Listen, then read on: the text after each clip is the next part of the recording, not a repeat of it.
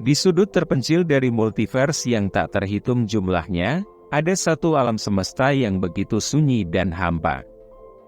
Tak ada bintang, tak ada planet, tak ada suara. Di tengah kekosongan ini, hanya ada satu entitas yang eksis, yaitu Allah, penguasa tunggal dari ruang kosong ini, duduk termenung, dipeluk oleh kehampaan. Ia bukanlah penguasa agung dari segala realitas, melainkan hanya satu dari sekian banyak Tuhan yang terbatas pada wilayahnya sendiri, seperti raja kecil dalam kerajaan yang bahkan belum tercipta. Allah, dalam kejenuhan yang abadi, mulai berpikir. Mengapa ia terjebak di sini, sendirian, dalam semesta yang tak bernyawa? Bukankah lebih baik ada sesuatu yang bisa diceritakan? Sesuatu yang dramatis. Kemudian, dalam sekejap, inspirasi datang, ia akan menciptakan sebuah kisah. Tidak sembarang kisah, tentu saja. Ini harus menjadi narasi epik, sebuah drama peradaban besar. Dan di pusat segalanya, ia membayangkan seorang tokoh agung bernama Muhammad. Ya, Muhammad. Gumamnya, seakan menemukan mutiara di dasar samudra yang hampa. Seorang nabi, yang kelak akan menyebarkan ajaran yang disebut Islam, di sebuah negeri gurun pasir. Tetapi, untuk membuat kisah ini hidup, Allah butuh lebih dari sekadar tokoh. Ia butuh panggung. Ia butuh alam semesta. Ia butuh langit, bumi, dan ribuan tahun sejarah, untuk mempersiapkan kedatangan Muhammad. Semua demi satu cerita. Satu tokoh. Satu obsesi. Dan begitulah, dari kekosongan, ia mulai mencipta. Dalam kisah ini, kita tidak hanya melihat satu alam semesta, tetapi sebuah konsep multiverse yang tak terhingga. Multiverse adalah realitas yang terdiri dari banyak sekali alam semesta yang berbeda, di mana setiap universe memiliki hukum fisika, aturan logika, dan skenario eksistensinya sendiri. Disinilah perbedaan antara Tuhan-Tuhan, pencipta-pencipta, dan penguasa-penguasa lokal di setiap universe menjadi jelas.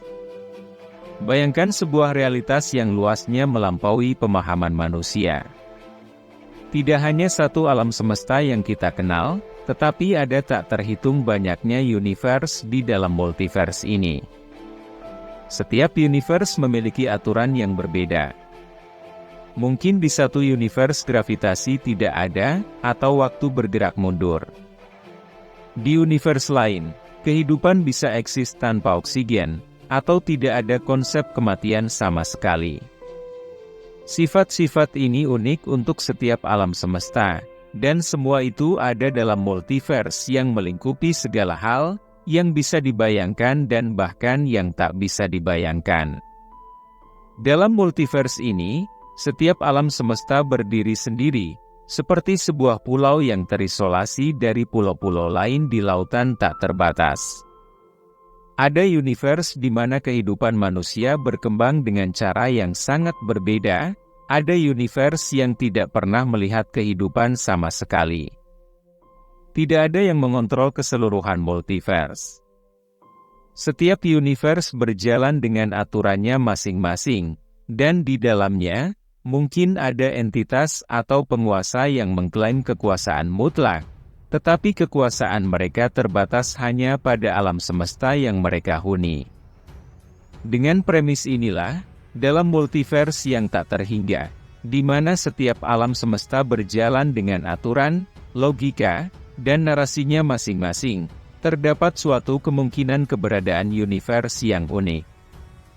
Di antara kemungkinan-kemungkinan tanpa batas ini, ada sebuah alam semesta, di mana seorang penguasa lokal bernama Allah, memutuskan untuk menciptakan realitasnya. Namun, motivasi di balik penciptaan ini, bukanlah sesuatu yang universal atau transenden, melainkan sesuatu yang lebih pribadi.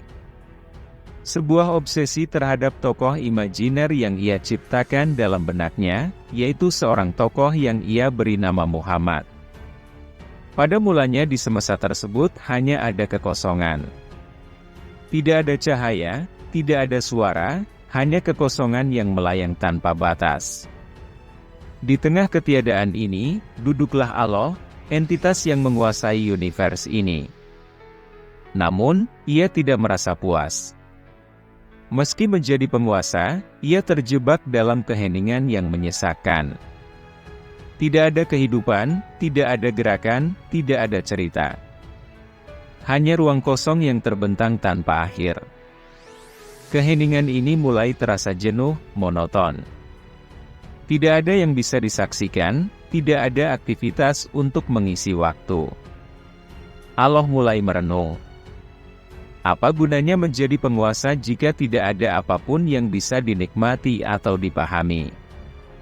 Sebuah alam semesta yang sepi hanyalah sebuah cangkang kosong tanpa makna. Ia mulai merasa bahwa kekuatannya hanya berguna jika ada sesuatu yang bisa diciptakan, sesuatu yang bisa diisi dengan cerita, drama, dan kehidupan yang penuh warna. Dalam kekosongan itu, keinginan untuk menciptakan sesuatu mulai tumbuh, seperti percikan api yang kecil namun semakin membesar.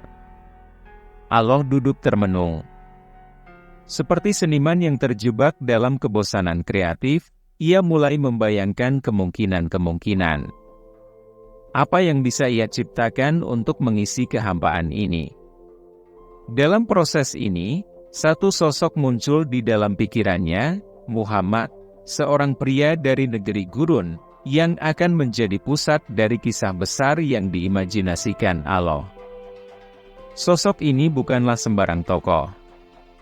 Ia memegang kunci dari sebuah drama besar, yang akan membentang selama ribuan tahun. Muhammad tidak akan menjadi manusia biasa. Ia akan menjadi tokoh utama dalam kisah yang Allah bayangkan, seorang nabi yang akan membawa ajaran baru, sebuah agama yang disebut Islam. Allah melihat Muhammad sebagai titik awal bagi peradaban yang ia impikan.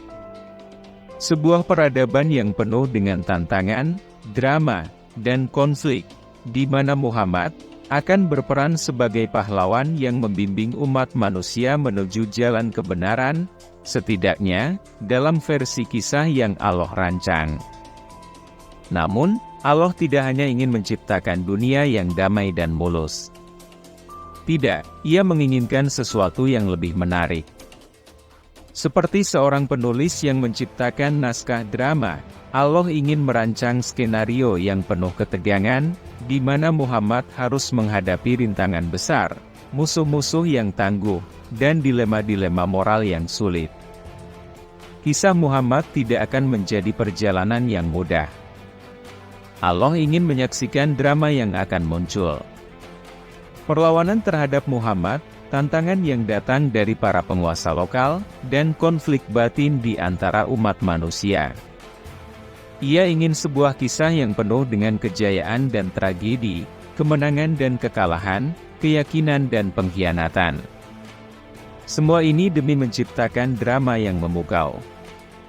Ia ingin sebuah narasi yang akan menarik perhatiannya sendiri, sebuah kisah di mana ia bisa menonton perkembangan setiap karakter, terutama Muhammad, yang akan menjadi tokoh sentral dalam skenario ini. Tetapi sebelum Muhammad dapat memainkan perannya, Allah menyadari bahwa ia butuh lebih dari sekadar karakter. Ia memerlukan sebuah panggung untuk kisah ini. Dan panggung tersebut tak lain adalah realitas itu sendiri. Allah menyadari bahwa kisah besar yang ia bayangkan membutuhkan latar yang cocok. Tidak bisa hanya berputar di kehampaan tanpa ujung, sebab Muhammad, sang tokoh utama, membutuhkan tempat untuk lahir, berkembang, dan menjalankan misinya. Dengan semangat untuk menyaksikan kisah Muhammad yang memikat, Allah memutuskan bahwa ia akan menciptakan realitas. Allah mulai membangun. Seperti seorang pengarang yang menciptakan dunia fiksi untuk karakter utamanya. Dunia yang berisi langit dan bumi, lautan dan daratan, manusia dan hewan, semua diatur dengan tujuan untuk mendukung kisah Muhammad yang besar. Peradaban manusia diciptakan hanya untuk memberikan panggung bagi drama yang ia bayangkan. Dan dengan itu, kekosongan dan keheningan pun segera berubah menjadi cerita yang penuh gejolak. Langit yang megah dan luas, penuh bintang, matahari, dan bulan, akan menjadi atap yang melingkupi kisah ini. Sementara bumi akan menjadi panggung tempat drama kehidupan manusia berlangsung. Gunung-gunung, lautan, gurun pasir, hutan, dan padang rumput terbentang sebagai elemen-elemen latar yang indah namun berbahaya. Semua ini diciptakan dengan satu tujuan, mendukung alur kisah yang akan dimainkan oleh seorang manusia yang bernama Muhammad. Allah merancang segala detail di bumi ini, perubahan musim, siang dan malam, hujan yang mengguyur, hingga gempa yang mengguncang. Semua ini adalah latar dinamis yang akan memperkaya drama yang ia rancang. Ia memastikan bahwa bumi ini bukanlah tempat yang membosankan, melainkan penuh dengan variasi dan tantangan yang akan menambah intensitas kisah Muhammad. Langit yang luas dan bumi yang penuh kehidupan akan menjadi arena bagi Muhammad untuk menjalankan misinya kelak. Tetapi, kisah ini tidak bisa langsung dimulai dengan Muhammad. Itu akan terlalu singkat, terlalu sederhana. Sebuah panggung yang indah tidak ada artinya tanpa aktor. Setelah menciptakan bumi, Allah menyadari bahwa ia membutuhkan manusia untuk memainkan peran dalam drama ini. Maka, ia menciptakan Adam dan Hawa. Mereka adalah aktor-aktor pendukung pertama, pion awal dalam skema besar ini. Fungsi mereka sederhana, menjadi leluhur umat manusia, membuka jalan bagi generasi demi generasi, yang pada akhirnya akan menghasilkan Muhammad, sang protagonis sejati. Adam dan Hawa sendiri bukanlah tokoh utama dalam cerita ini. Mereka hanyalah langkah awal, seperti para figuran yang muncul di adegan pembuka sebuah film. Allah menempatkan mereka di bumi, memberi mereka tugas sederhana, untuk berkembang biak dan mengisi bumi dengan keturunan mereka. Mereka mungkin terlihat penting dalam konteks kisah penciptaan, namun dalam skenario besar yang Allah bayangkan, mereka hanyalah alat untuk menghasilkan lebih banyak aktor yang akan memainkan peran lebih signifikan di masa depan. Setelah Adam dan Hawa memainkan peran mereka, Allah mulai merancang alur sejarah. Layaknya seorang penulis yang menciptakan alur waktu dengan rapi, Allah menyusun prolog panjang bagi drama ini.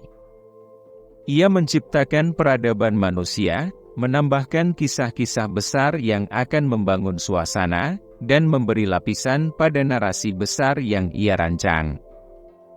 Kisah-kisah ini, meskipun besar dan penuh makna, hanyalah latar belakang bagi tokoh utama yang belum muncul. Ada Nuh dengan banjir besarnya, sebuah drama epik tentang kehancuran dan penyelamatan, yang menambah warna pada sejarah umat manusia. Lalu ada Ibrahim, seorang figur sentral yang menjadi simbol ketaatan, dilanjutkan dengan Musa dan perjuangannya melawan tirani, dan Isa yang diangkat ke langit sebagai akhir dari prolog panjang ini. Semua kisah ini, meskipun penuh dengan pelajaran dan drama tersendiri, sebenarnya hanyalah babak pendahuluan untuk momen yang ditunggu-tunggu, yaitu kemunculan Muhammad. Allah memastikan bahwa tiap babak dari sejarah ini menyumbangkan elemen-elemen penting bagi drama utama. Setiap nabi, setiap kejadian besar, adalah puzzle yang akhirnya akan membentuk dunia, tempat Muhammad akan lahir dan menjalankan misinya. Allah menyiapkan panggung, para pion, dan prolog yang panjang, hanya untuk menghadirkan tokoh yang ia impikan, Muhammad, sang pusat cerita. Kisah yang ia bayangkan, membutuhkan waktu ribuan tahun untuk mencapai puncaknya, dan selama itu, Allah sabar menunggu. Setiap era, setiap peradaban, setiap tokoh dalam sejarah, hanyalah bagian dari perencanaan yang cermat untuk mencapai klimaks. Kisah Muhammad yang akan membawa drama ini ke tingkat yang lebih tinggi. Di antara begitu banyak kemungkinan cerita yang bisa Allah ciptakan dalam semestanya, entah mengapa ia memilih untuk terobsesi dengan sosok Muhammad. Dalam imajinasinya, Muhammad adalah tokoh yang sempurna, seseorang yang akan membawa pesan besar, menantang status quo, dan memicu revolusi spiritual. Seolah semua potensi narasi lain tidak sebanding, Allah memusatkan seluruh kreativitasnya pada satu skenario ini. Kisah tentang seorang nabi dari padang pasir yang akan mengubah sejarah manusia. Muhammad tidak sekadar tokoh biasa dalam cerita panjang tentang umat manusia. Allah memberinya peran yang jauh lebih besar, seorang utusan terakhir yang membawa wahyu final. Bahkan dibandingkan dengan tokoh-tokoh seperti Nuh, Ibrahim, Musa, atau Isa, Muhammad adalah pusat gravitasi dari segala yang Allah rencanakan. Segala tokoh lain hanya berfungsi sebagai pendahulu untuk mempersiapkan panggung bagi Muhammad. Obsesi ini begitu kuat, sehingga Allah merasa perlu menciptakan langit, bumi, dan seluruh sejarah manusia, hanya demi melihat perjalanan hidup Muhammad terwujud. Bisa dikatakan, seluruh realitas dalam alam semesta ini, diciptakan hanya untuk menyiapkan panggung bagi tokoh imajiner yang sangat disukai oleh Allah. Muhammad adalah protagonis dalam drama besar yang direncanakan selama ribuan tahun. Setiap langkah sejarah, setiap tokoh yang lahir sebelum Muhammad, hanyalah figuran dalam skenario yang lebih besar. Banjir besar, pengangkatan Isa ke langit, dan semua kisah-kisah Nabi sebelumnya, hanyalah serpihan-serpihan cerita yang dirancang untuk mempersiapkan kedatangan tokoh utama ini. Setelah menciptakan ribuan tahun sejarah manusia, Allah dengan sabar menunggu saat yang tepat untuk memasukkan tokoh utamanya ke dalam panggung dunia. Semua peristiwa besar yang terjadi sebelumnya, mulai dari kisah-kisah Nabi lain, hingga lahir dan runtuhnya peradaban besar, sebenarnya hanyalah prolog yang panjang.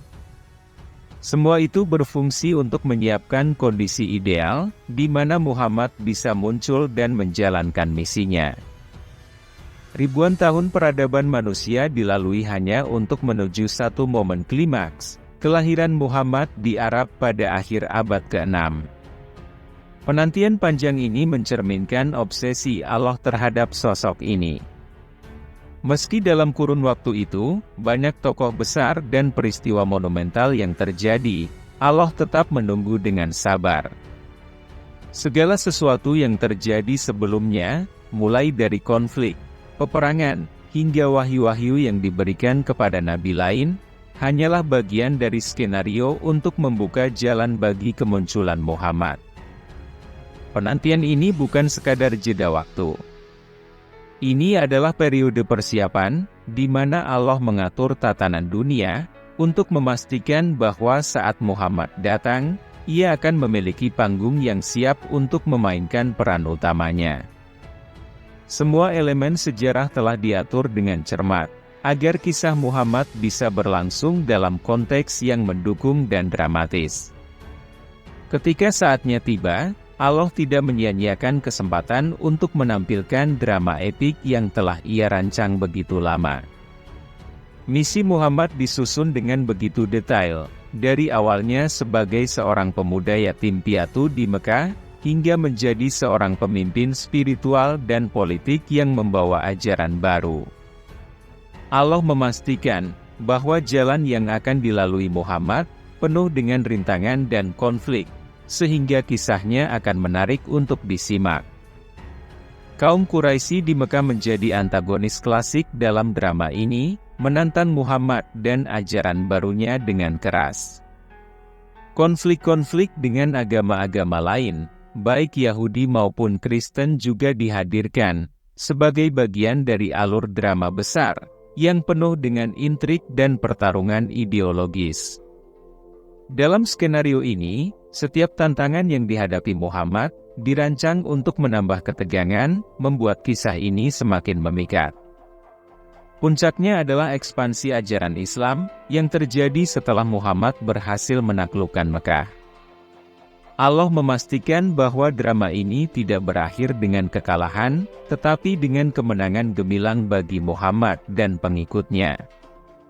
Ini adalah momen klimaks yang Allah nantikan sejak awal, sebuah penutup yang sempurna bagi skenario yang telah Ia bayangkan selama ribuan tahun. Bahwa negeri seluas Arab bisa disatukan dalam satu agama, di masa hidup dan di bawah kepemimpinan Muhammad secara langsung. Pencapaian yang belum pernah terjadi sebelumnya dalam sejarah peradaban manusia. Seorang pembaharu ajaran yang bisa menyebarkan ajarannya dengan sangat masif pada masa hidupnya. Dari pengikut yang hanya belasan orang, hingga seluruh jazirah Arab menjadi pengikutnya, atau ada di bawah kekuasaannya. Bagi Allah, ini adalah drama klasik yang memenuhi semua syarat cerita epik. Seorang pahlawan yang menghadapi tantangan besar, misi yang tampak mustahil, dan akhirnya kemenangan yang luar biasa. Obsesinya terhadap Muhammad mendorongnya untuk menciptakan seluruh semesta ini hanya demi melihat skenario tersebut terwujud, menjadikan kisah Muhammad sebagai pusat dari segala yang ada di universnya. Allah yang sebagai penguasa lokal di universnya, bukanlah satu-satunya pencipta. Di luar kekuasaan dan pengetahuannya, ada banyak pencipta lain yang mungkin memiliki pandangan, ide, atau rencana yang berbeda.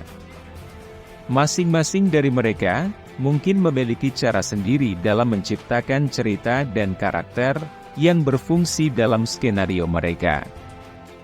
Di semesta lain, mungkin ada versi Allah yang motivasinya menciptakan dunia karena Nabi Musa, di semesta yang lain lagi, motivasinya karena perawan Maria, dan seterusnya.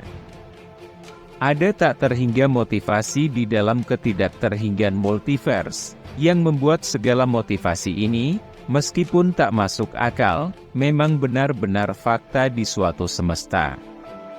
Di luar pengaruh Allah, terdapat universe-universe lain, yang diisi oleh entitas-entitas yang juga berkuasa, dan menciptakan kisah-kisah yang berbeda. Mungkin ada Tuhan-Tuhan lain, dewa-dewa, atau entitas supranatural yang tak menciptakan dunia karena motivasi agama. Beberapa dari universe ini bahkan bisa saja tidak mengenal konsep Tuhan sama sekali, mengembangkan realitas yang lebih bersifat materialistik, atau berbasis evolusi, tanpa campur tangan ilahi. Dalam realitas yang tak terhingga dari multiverse, segala sesuatu mungkin terjadi. Dan dalam salah satu universe ini, ada Allah yang menciptakan seluruh alam semesta, hanya demi melihat sebuah kisah yang Ia bayangkan menjadi nyata. Muhammad, sebagai tokoh ciptaannya, bukan hanya sekadar manusia biasa, tetapi sosok yang menjadi alasan utama bagi eksistensi realitas itu sendiri. Dari kekosongan, Allah mencipta segala sesuatu, alam semesta, manusia, sejarah, semuanya demi seorang nabi, yang dalam pandangan Allah, menjadi pusat dari segala drama yang bisa Ia bayangkan. Begitulah, di dalam ketidakterhinggaan multiverse, ada satu universe, di mana Allah tidak mencipta karena dorongan ilahi yang misterius, melainkan karena ketertarikannya pada sebuah karakter. Realitas di sana adalah hasil dari imajinasi, sebuah fantasi yang dibawa menjadi kenyataan, demi memuaskan obsesi sang penguasa lokal ini terhadap Muhammad, tokoh sentral dalam kisah yang Ia rencanakan selama ribuan tahun. Allah dalam konteks ini, bisa dilihat seperti semacam raja lokal, yang memerintah satu wilayah kecil dalam bentang luas multiverse. Ia mungkin memiliki kendali penuh atas apa yang terjadi dalam universe-nya, tetapi di luar sana, di alam semesta lain yang tak terhitung jumlahnya, Ia tidak memiliki kendali atau kekuatan. Sama seperti seorang penguasa kerajaan kecil di dunia nyata, yang mungkin memiliki kekuasaan absolut di wilayahnya, tetapi tidak punya otoritas di kerajaan tetangga. Meskipun dalam alam semestanya, ia dianggap sebagai pencipta segala sesuatu, otoritasnya terbatas hanya pada ruang yang ia ciptakan sendiri. Di universe lainnya, ada entitas-entitas lain yang memainkan peran sebagai pencipta dan penguasa lokal. Multiverse yang tak terhingga ini diisi oleh banyak entitas seperti Allah yang masing-masing memiliki wilayah kekuasaan mereka sendiri. Ketika Allah memutuskan untuk menciptakan langit dan bumi, untuk mengarahkan sejarah manusia, dan untuk menetapkan Muhammad sebagai tokoh utama dalam kisah agungnya, itu semua terjadi dalam satu alam semesta kecil, di tengah lautan tak terhingga dari multiverse yang jauh lebih luas. Kekuasaannya mungkin terlihat besar di mata manusia yang hidup di alam semestanya, tetapi pada kenyataannya, ia hanyalah aktor kecil dalam drama yang jauh lebih besar, di mana multiverse dipenuhi oleh kemungkinan dan cerita yang tak terhingga, yang tidak dapat ia sentuh atau pahami. Dan jangan lupa, selain Allah, juga ada Zeus, Odin, Brahma, dan sebagainya, yang juga menguasai suatu semesta di antara tak terhingga universe, baik berkuasa secara independen seperti Allah, atau berkelompok seperti Brahma, Wisnu dan Siwa. Ada juga suatu semesta, di mana ada varian Allah yang berkolaborasi dengan Yesus dan Roh Kudus. Di semesta yang lain lagi, ada juga varian Allah yang berkolaborasi dengan Doraemon. Semua skenario ini, meski tak masuk akal, namun merupakan fakta di antara ketidakterhinggaan multiverse. Ini menambah kedalaman pada pemahaman kita tentang kekuasaan dan penciptaan, menunjukkan bahwa dalam beberapa universe, kerjasama antara dewa-dewa mungkin lebih efektif dalam menciptakan dan memelihara realitas daripada dikerjakan sendiri. Walaupun semua skenario ini tampak tidak masuk akal bagi sebagian orang, namun tetap menjadi fakta dalam multiverse yang tak terhingga. Setiap universe memiliki hukum dan logika sendiri, yang memfasilitasi keberadaan berbagai dewa dan pencipta.